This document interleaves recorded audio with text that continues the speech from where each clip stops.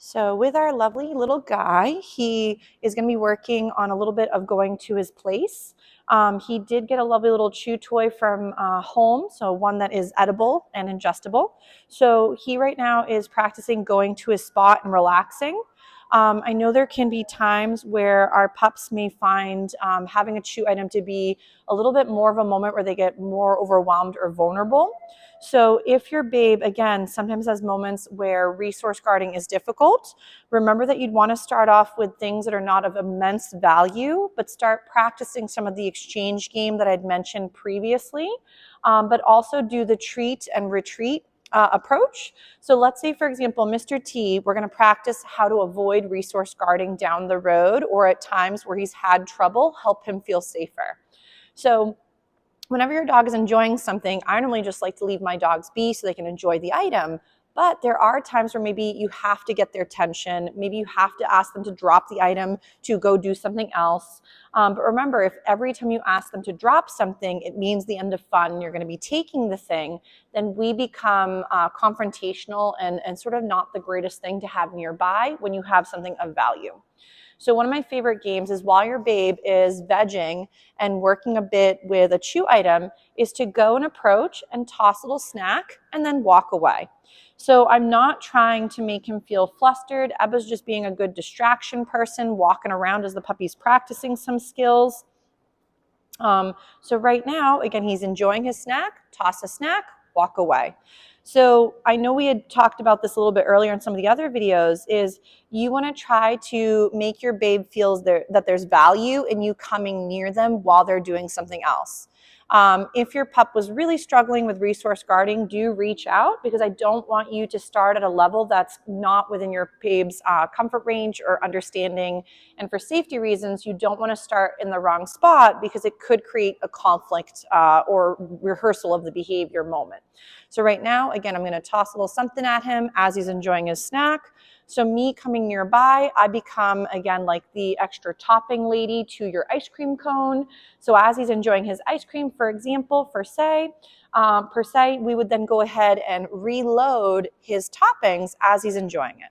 So again, I toss a little snack and walk away. He's doing a good job, huh? Yeah. So then again, let's say we're practicing now getting him from thinking it's cool for me to come interrupt to now maybe we could take a little moment to take a breather, leave the item behind, and go explore to come back to it. So let's say he's enjoying his snack. I like to then start off, ready? I might go, Teddy, ready?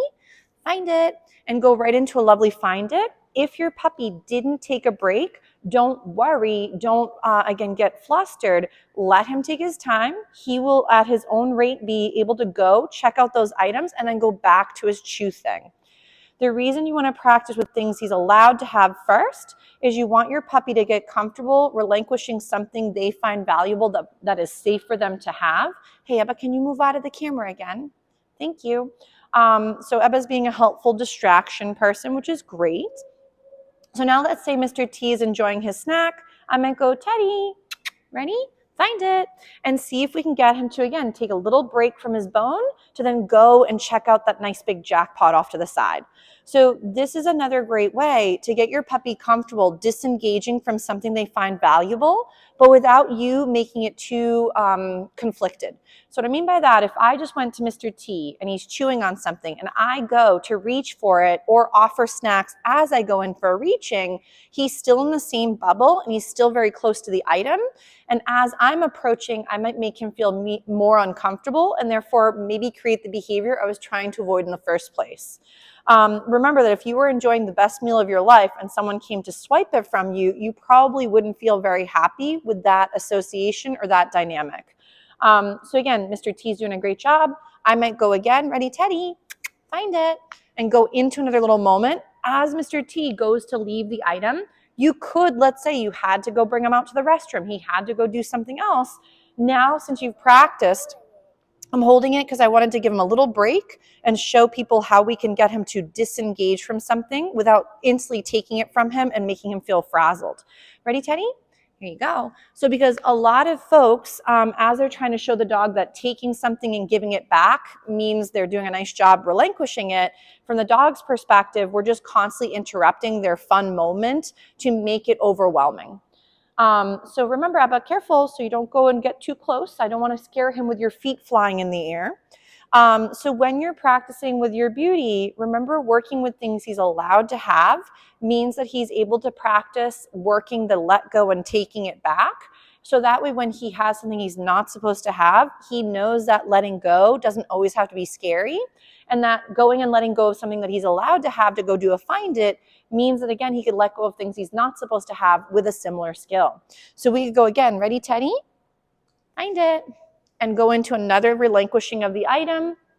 And then again, you could just go ahead and leave it out and have him bounce back and forth. You can also do a very similar exercise while he's enjoying like a frozen Kong or something similar, or while he's enjoying his meal and he's eating his food, you walk on by with a higher value snack, like maybe a little bit of cheese or string cheese in little itty bitty pieces. And as you walk past, you toss a few at him and continue on your merry way. So you don't have to do this all the time, but it's a very good way to get your puppy comfortable with you passing by and not always have it be confrontational or something overwhelming. So we'll give him a little break from this exercise, but he did a really nice job, and we'll give him a moment to enjoy his chew and then do a few other skills.